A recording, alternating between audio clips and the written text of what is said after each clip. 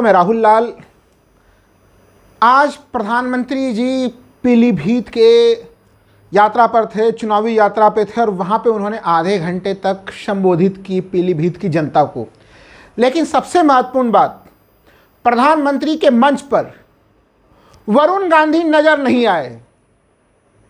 और वरुण गांधी के अगर ट्विटर हैंडल को देखा जाए, जिसे अब एक्स कहा जाता है, उसके ऊपर तमाम बीजेपी के वरिष्ठ नेताओं के अगर उसके ट्विटर हैंडल को देखते हैं तो उसमें हम लोगों को मिलता है कि सबों ने लिखा है अपने आप को मोदी का परिवार। लेकिन वरुण गांधी ने कहीं पे भी ब्रैकेट में जो मोदी का परिवार लिखा हुआ है उस शब्द का प्रयोग नहीं किया है। ये तो पहले से चर्चा के विषय में बना हुआ था। लेकिन आज लोगों को उम्मीद थी कि 19 अप्रैल को जब प्रथम चरण में पीलीभीत में चुनाव होने वाले हैं, वहाँ पे वरुण गांधी पहुँचेंगे। हालांकि फिर बहुत खेमे में यह भी चर्चा चल रही थी कि वरुण गांधी अगर नहीं पहुँचेंगे तो संभवतः उनकी मां मेनका गांधी प्रधानमंत्री के साथ मंच पर दिख सकती हैं। लेकिन प्रधानमंत्री जी के पीलीभीत चुनावी रैली के दरमियान में मंच पे ना तो वरुण गांधी थे और ना ही उनकी मां मेनका गांधी थी। ऐसे में सवाल उठता है कि पीलीभीत सीट की क्या स्थिति होगी। वहाँ पे जो प्रत्याशी जितिन प्रसाद हैं उनके लिए संकट कितना बड़ा हुआ है कि वरुण गांधी उनको समर्थन करने के लिए सामने निकल कर नहीं आ रहे हैं। और ऐसे में मुस्कुराहट अगर कहीं नज़र आ रही है, वो मुस्कुराहट नज़र आ रही है समाजवादी पार्टी के खेमे में। और समाजवादी पार्टी के जो प्रत्याशी हैं भगवत शरण गंगवार, वो काफ़ी तेज़ी से ऊर्जा के साथ चुनाव प्रचार करते हुए देखे जा रहे हैं। अगले कुछ मिनटों में समझेंगे कि पीलीभीत में जब वरुण गांधी उपस्थित नहीं है, भारतीय जनता पार्टी ने उनके टिकट को काटा है और ना तो उनकी माताजी वहाँ पे चुनाव प्रचार के लिए जा रही हैं जिन्हें सुल्तानपुर से जो है टिकट प्रदान किया गया है। वैसे में सबसे महत्वपूर्ण सवाल है कि पीलीभीत सीट का क्या होगा। क्या बीजेपी को खामियाजा कोई खामियाजा की स्थिति उत्पन्न हो सकती है, या फिर बीजेपी सीट निकाल लेगी, या फिर बीजेपी को खामियाजा के स्थिति में समाजवादी पार्टी निकाल लेगी। अभी तक की स्थिति क्या है, अगले कुछ मिनटों में समझेंगे कि कैसे क्या परिस्थितियां और हालात वहां पे बन रहे हैं। इसे समझने के लिए बहुत आवश्यक है कि पीलीभीत सीट पर वरुण गांधी या मेनका गांधी का प्रभाव किस रूप में है। 1989 में मेनका गांधी पहली बार पीलीभीत से चुनाव जीती थी। समय के साथ पार्टियां बदलती गई, दल बदलते गए, लेकिन मेनका गांधी का पीलीभीत से सफ़र जो है वो बंद नहीं होता। 1991 में पीलीभीत के चुनाव को लगभग 6,500 वोटों से मेनका गांधी हार जाती हैं। लेकिन 2009 तक लगातार जो है वो पीलीभीत की सांसद होती हैं। 2009 में मेनका गांधी जो है वो वरुण गांधी को वहाँ पे पीलीभीत में उतार देती हैं और खुद सुल्तानपुर चली जाती हैं। और वो यात्रा बदस्तूर चलती रही। हालांकि 2014 में सीटें बदल दी गई थी। 2014 में वहाँ पे मेनका गांधी चुनाव लड़ी थी पीलीभीत से और वरुण गांधी चुनाव लड़े थे सुल्तानपुर से। लेकिन 2019 में फिर से वरुण गांधी पीलीभीत पहुँच गए थे और भारी मतों से उन्होंने पीलीभीत का चुनाव जीता था। लेकिन पिछले 5 वर्षों में उन्होंने पीलीभीत में अपने पैरेलल कार्यकर्ताओं का समूह खड़ा कर लिया था। अपने पैरेलल भारतीय जनता पार्टी के ऊपर कोई निर्भरता नहीं रखते हुए स्वतंत्र तौर पर उन्होंने अपने समर्थकों के एक बड़े हिस्से को तैयार किया था। उनकी अपनी फैन फॉलोइंग थे, बहुत बड़े समर्थक वर्ग उनके साथ था। ऐसे स्थिति में अगर कोई ये मान ले कि वहाँ पे मेनका गांधी या फिर वरुण गांधी की अब भूमिका समाप्त हो गई, वो बड़े आश्चर्य की बात है। हालांकि आप लोग ये कह सकते हैं कि जब बीजेपी ने वरुण गांधी का टिकट काट दिया तो वो मंच पे क्यों दिखेंगे। तो जिन हमारे दर्शकों के मन में ये सवाल उठ रहे हैं, थोड़ा मैं उन्हें उत्तर दे दूँ। जनरल वीके सिंह, गाजियाबाद में उनका टिकट काट दिया गया था। यहाँ पे अतुल गर्ग को प्रत्याशी बना दिया गया है और उस कारण से पूरे पश्चिमी यूपी में राजपूत समुदाय के भीतर काफ़ी आक्रोश भी उत्पन्न हो गया है कि उनके एकलौते सांसद पश्चिमी यूपी के, जो बनारस में प्रधानमंत्री मोदी जी को जितने अंतराल से वो ना जीते थे, उससे ज़्यादा बड़े अंतराल से जनरल वीके सिंह जीते थे। उनके टिकट को काटने से पूरे राजपूत समुदाय में, ठाकुर समुदाय में नाराजगी है मित्रों।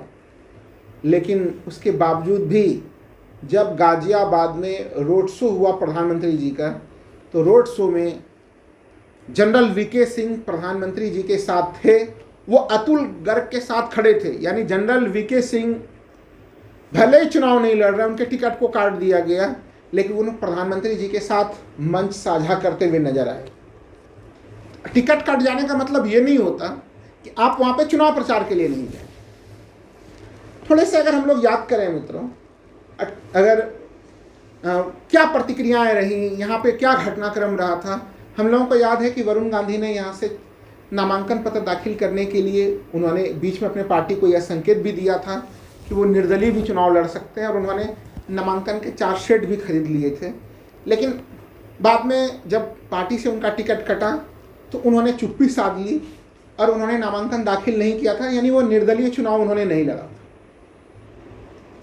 तब से ही कयासों का दौर शुरू हो गया था। भारतीय जनता पार्टी ने जितिन प्रसाद को पीलीभीत में उम्मीदवार बनाया। आप लोगों के मन में ये भी सवाल उठ रहा होगा कि पीलीभीत में जितिन प्रसाद की उम्मीदवारी को किस रूप में देखा जा रहा है। जितिन प्रसाद पीडब्ल्यूडी मंत्री उत्तर प्रदेश सरकार में रहते हुए उन्होंने कई प्रोजेक्ट पीलीभीत में वो लेके गए थे, लेकिन उसके बावजूद भी पीलीभीत में एक तरह से अगर व्यक्तिगत तौर पर जितिन प्रसाद को देखें तो वो कोई मजबूत प्रत्याशी कहीं से नजर नहीं आते हैं, एक कमजोर प्रत्याशी के रूप में। बस उनके साथ एक प्लस पॉइंट यह है कि उनको भारतीय जनता पार्टी से टिकट प्राप्त हुआ है और प्रधानमंत्री मोदी उनके लिए खुद चुनाव कैंपेन कर रहे हैं। यानी कहीं न कहीं जो पीलीभीत में चुनाव जिताने की जो पूरी जिम्मेवारी हो गई है वो प्रधानमंत्री मोदी जी की हो गई है। और मोदी जी को जो समर्थन वरुण गांधी से मिलना चाहिए या फिर मेनका गांधी से पीलीभीत में मिलनी चाहिए, वो अब तक नहीं वो समर्थन मिल रहा है। यानी कहीं कहीं वरुण गांधी ने पीलीभीत के संदर्भ में पूरी दूरी बना ली है और वो दूरियों के कई संकेत मिलते हैं मित्रों। अगर हम लोग वरुण गांधी के ट्विटर हैंडल को देखें तो उन्होंने 28 मार्च को एक भावुक पत्र लिखा था पीलीभीत के जनता के नाम, और उस पत्र के बाद उन्होंने अपने ट्विटर हैंडल पे कुछ भी नहीं लिखा है। उनके ट्विटर हैंडल के परिचय में बीजेपी शब्द भी गायब है। जब बीजेपी शब्द गायब है तो ऐसे में ब्रैकेट में लिखे हुए वो मोदी का परिवार शब्द तो गायब होना ही था, वो शब्द उन्होंने लिखा भी नहीं है। सवाल उठते हैं कि इस दूरी के क्या मायने, इस दूरी के मायने क्या निकल के आ रहे हैं। इस दूरी के मायने को समझने के लिए बहुत आवश्यक है कि उन्होंने पीलीभीत के जनता के नाम जो पत्र 28 मार्च को लिखा था, उस पत्र में काफी भावुक टिप्पणी पीलीभीत की जनता से की गई थी कि पीलीभीत के जनता के साथ जो उनके संबंध है वो उनके आखिरी सांसों तक बनी हुई रहेगी और दुनिया की कोई भी शक्ति उन संबंधों को तोड़ नहीं सकती। कहीं कहीं उनके चिट्ठी के आखिरी हिस्से में जब आप जाते थे तो उसमें उनके बगावती तेवर भी नजर आते हैं। काफ़ी लंबी सी चिट्ठी उन्होंने लिखी है। उस चिट्ठी से संबंधित एक विस्तृत वीडियो मैंने पूर्व में भी बनाया है, वहाँ पे आप लोग देखना चाहें पूरे के पूरे उस चिट्ठी को पढ़ सकते हैं। हमारे यूट्यूब वीडियो पे वो उस चिट्ठी से संबंधित संपूर्ण वीडियो उपलब्ध है मित्रों, आप उसे पूर्व में जाके देख सकते हैं। लेकिन उस चिट्ठी का जो लब्बो-लुआब था वो ये था कि उसमें पीलीभीत के जनता के साथ घनिष्ठ संबंधों को बताया गया और उन्होंने खुलेआम एक तरह से लिखा कि दुनिया चाहे उनके ऊपर कुछ भी परिस्थितियां बने, कोई भी स्थिति हो, वो पीलीभीत के जनता के साथ संबंध निभाएंगे। तो फिर जब प्रथम चरण में पीलीभीत में लोकसभा के चुनाव संपन्न हो रहे हैं तो वो फिर भारतीय जनता पार्टी में चूंकि है अभी, वो भारतीय जनता पार्टी से बाहर नहीं गए, तो फिर वो पीलीभीत में उन रिश्तों को निभाने के लिए क्यों नहीं गए। इस प्रश्न का उत्तर भी मित्रों 28 मार्च को उनके पत्र में मिल जाता है। लंबे से पत्र उन्होंने लिखा है और उस पत्र में तमाम तरह की चीजें लिखी, लेकिन कहीं पे भी उन्होंने ये नहीं लिखा कि बीजेपी को समर्थन कीजिए, आप लोग बीजेपी प्रत्याशी जितिन प्रसाद को समर्थन कीजिए। इस वाक्य से वो दूर बचे हैं और इसका सीधा सीधा जो लाभ प्राप्त हो रहा है वो लाभ प्राप्त हो रहा है समाजवादी पार्टी के प्रत्याशी भगवत शरण गंगवार को, क्योंकि भगवत शरण गंगवार ने समय रहते हुए कई बड़े कदम जो है कि उठा लिए थे राजनीतिक दृष्टि से, जिससे बड़े महत्वपूर्ण राजनीतिक कदम कह सकते हैं, राजनीतिक बयान कह सकते हैं। क्योंकि उस दरमियान में उन्होंने कहा था कि अगर पीलीभीत में किसी रूप में चुनाव अगर लड़ते हैं वरुण गांधी तो वो अपनी उम्मीदवारी वापस ले लेंगे खुशी खुशी। ये संकेत तक भी गंगवार जी ने दिए थे। तो उन संकेतों के कारण, क्योंकि मैंने पहले भी बताया कि वहाँ पे उनके कार्यकर्ता यूथ ब्रिगेड उन्होंने बना के रखा हुआ है पीलीभीत में, और उसके 600 से ज़्यादा सक्रिय सदस्य हैं, जिसमें उच्च शिक्षा प्राप्त लोग हैं, उसमें मेडिकल, इंजीनियरिंग, MBA तमाम वो सक्रिय सदस्य और उनके साथ और बाकी लोगों की टीम है। गंगवार जी ने खुद कहा था कि उस टीम के लोग, जो लोग वरुण गांधी के साथ काफ़ी एक्टिव थे, उनके कार्यकर्ता, अब गंगवार जी के समर्थन में है। मैंने पहले भी कहा था कि राजनीति में क्या विकल्प हो सकते थे वरुण गांधी के पास। वरुण गांधी जी के पास प्रथम विकल्प ये था कि भाजपा उन्हें टिकट देती और वो चुनाव लड़ते। ये स्थिति तो भाजपा ने उन्हें उपलब्ध नहीं कराई। नंबर 2 विकल्प था कि वो निर्दलीय चुनाव लड़ते, लेकिन नामांकन पत्र दाखिल करते समय उन्होंने नामांकन पत्र दाखिल नहीं किया। नंबर 3 उनके पास विकल्प था कि वो समाजवादी पार्टी में चले जाते, लेकिन वो उस विकल्प का भी चयन नहीं किया। लेकिन इन सबों के परे राजनीति में एक चौथा विकल्प भी होता है, और वो चौथा विकल्प होता है कि आप चुनाव न लड़ें, लेकिन पर्दे के पीछे से आप किसी को चुनाव जिताने में और किसी को हराने में शामिल हो जाएं। और इसी जगह पे भारतीय जनता पार्टी पीलीभीत में फंसी हुई नजर आती है। पीलीभीत में इस तथ्य को समझने के लिए कि पीलीभीत और वरुण गांधी और मेनका गांधी की ताकत कितनी बड़ी है, वरुण गांधी की वहां पे कि परिस्थितियां कुछ भी हो, लेकिन इस परिवार का संबंध वहां पे बना हुआ रहा, टूटे नहीं। वहां पे 5 विधानसभा क्षेत्र हैं उस पीलीभीत में, और 5 विधानसभा क्षेत्र में सबसे पहले तो उन्होंने यूथ ब्रिगेड के अपने ऑफिस खोल के रखे हैं। बरखेड़ा, बीसलपुर, पीलीभीत, पूरनपुर, बहेड़ी, ये 5 विधानसभा क्षेत्र हैं। 2022 के विधानसभा चुनाव में अगर हम लोग चर्चा करें तो वहां पे 4 विधानसभा सीटों को बीजेपी ने जीता था, और एक समाजवादी पार्टी ने बहेड़ी जो है कि विधानसभा सीट के चुनाव को जीता था। लेकिन विधानसभा के नतीजे कुछ भी हो, वो लोकसभा में काम नहीं करते। जब खड़े हो जाते हैं वहां पे वरुण गांधी कुछ एक्टिव हो जाते हैं, जब वहां पे, या जब अपने शक्ति का प्रत्यक्ष और अप्रत्यक्ष प्रयोग करते हैं। इस उदाहरण को चूंकि अभी 2024 के नतीजे नहीं आए हैं, इसलिए अब हम लोग चाहते हैं कि 2017 के विधानसभा चुनाव में क्या परिस्थितियां बनी थी और 19 में क्या रिजल्ट आए थे। 2017 में मित्रों सभी 5 के 5 विधानसभा सीटों को समाजवादी पार्टी सीधे सीधे जीत गई थी। तब बहुत सारे राजनीतिक पर्यवेक्षकों ने यह कहना शुरू कर दिया था कि क्या लोकसभा चुनाव में, यानी कि 2019 के लोकसभा चुनाव में वरुण गांधी की उल्टी गिनती शुरू हो गई है। लेकिन ऐसा नहीं हुआ। वरुण गांधी भारी मतों के अंतर से उस सीट को जीत गए थे। यानी विधानसभा चुनाव में कुछ भी हो, लोकसभा चुनाव में उससे कभी भी वरुण गांधी ने प्रभाव नहीं पड़ने दिया। अब आप हालांकि आप लोगों में से बहुत सारे लोग ये चीज कह सकते हैं कि ये तो मोदी और शाह का युग है और विधानसभा चुनाव में तो प्रधानमंत्री मोदी के नाम से चुनाव जीते जाते हैं।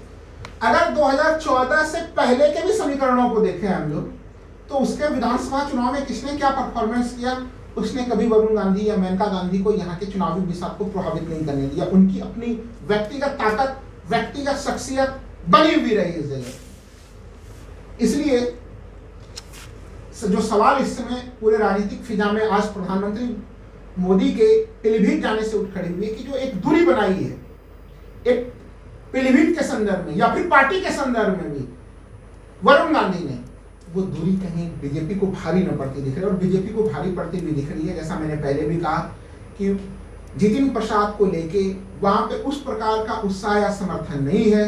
जितिन प्रसाद इतना अल्प समय में वहां के लोगों के साथ उस तरह से नहीं जुड़ पाए हैं जिस तरह से वरुण गांधी जुड़े थे। और वरुण गांधी अपने उस चौथे ब्रह्मास्त्र का प्रयोग करते हुए दिख रहे हैं। वो चौथा ब्रह्मास्त्र की ठीक है, हम चुनाव के मैदान में नहीं है, लेकिन उन्होंने अपने कैडर को एक तरह से संदेश दे दिया है कि आप गंगवार जी को जो है कि उनको सपोर्ट करें। खुद ये दावा मैं कहां से कर रहा हूं मित्रों, ये दावा खुद मैं गंगवार जी के बयान से कर रहा हूं। उन्होंने ये दावे खुद किए। बहुत सारे लोगों के मन में ये भी सवाल उठ रहा है, क्योंकि वहां पे मुस्लिम आबादी काफी बड़ी संख्या में है, पीलीभीत में ज्यादा संख्या में है, कि वो मुस्लिम किन्हें वोट करेंगे। क्योंकि वहां पे बहुजन समाज पार्टी के प्रत्याशी को भी देखने की जरूरत है। बहुजन समाज पार्टी ने अनीस अहमद खान, जिन्हें कि वहां पे लोग प्यार से फूल बाबू बुलाते हैं, उन्हें अनीस अहमद खान को अपना प्रत्याशी बनाया। प्रथम दृष्टया यह दिखता है, लोगों को लग सकता है कि बीएसपी ने जब अनीस अहमद खान को अपना प्रत्याशी बना दिया है तो मुस्लिम वोटर्स अनीस अहमद खान के पीछे जाएंगे, और ऐसे स्थिति में समाजवादी पार्टी के मुस्लिम वोटर्स का उन्हें नुकसान हो सकता है। ये दूर से देख के आप ये विश्लेषण कर सकते हैं। लेकिन जो जमीनी स्थिति है, अनीस अहमद खान फूल बाबू एक कमजोर प्रत्याशी माने जा रहे हैं वहां पे, और एक कमजोर प्रत्याशी के पीछे मुस्लिम समूह के लोग ज्यादा संख्या में जाए, ये बड़ी एक मुश्किल सी चीज है। जबकि जो गंगवार साहब जो समाजवादी पार्टी के प्रत्याशी हैं, एक तो वो उत्तर प्रदेश सरकार में पूर्व मंत्री भी रह चुके हैं, नंबर 1। नंबर 2, वो अपने समूह में जो उनका समुदाय है, कुर्मी समुदाय जिसे कह सकते हैं हम लोग, गंगवार जी का जो समूह है, वो उन वहाँ के तीसरी बड़े जो है आबादी वाले समूह में जातिगत समीकरण में वो शामिल है। प्रथम समूह में तो वहाँ पे मुस्लिम समुदाय सबसे बड़ा समुदाय है। वहाँ पे पीलीभीत के अगर जाति समीकरण को देखें तो मुस्लिम अगर उनके साथ, गंगवारों का वोट उनके साथ, और साथ ही साथ अगर इसी के साथ वरुण गांधी के कैडर का सपोर्ट उन्हें पर्दे के पीछे से प्राप्त होता है, तो फिर पीलीभीत में कहीं कोई संकट की स्थिति नहीं दिखती, और वो सपोर्ट इस समय प्राप्त होता हुआ दिख रहा है। इसलिए आज प्रधानमंत्री के मंच पे जब वरुण गांधी नहीं दिखे, तब लोगों की नजरें तलाश रही थी, क्योंकि बीजेपी की तरफ से ये संकेत दिए जा रहे थे कि वरुण गांधी तो शायद मंच पे नहीं होंगे, लेकिन मेनका गांधी होंगी। लेकिन मंच पर न वरुण गांधी का होना, न मेनका गांधी का होना कई बड़े संकेत देते हैं, और वो संकेत है कि बीजेपी अब इस समय जो चुनाव पीलीभीत में लड़ रही है, वो अपने ही ताकत पर लड़ रही है। उन्हें वरुण गांधी का किसी भी रूप में समर्थन प्राप्त नहीं है।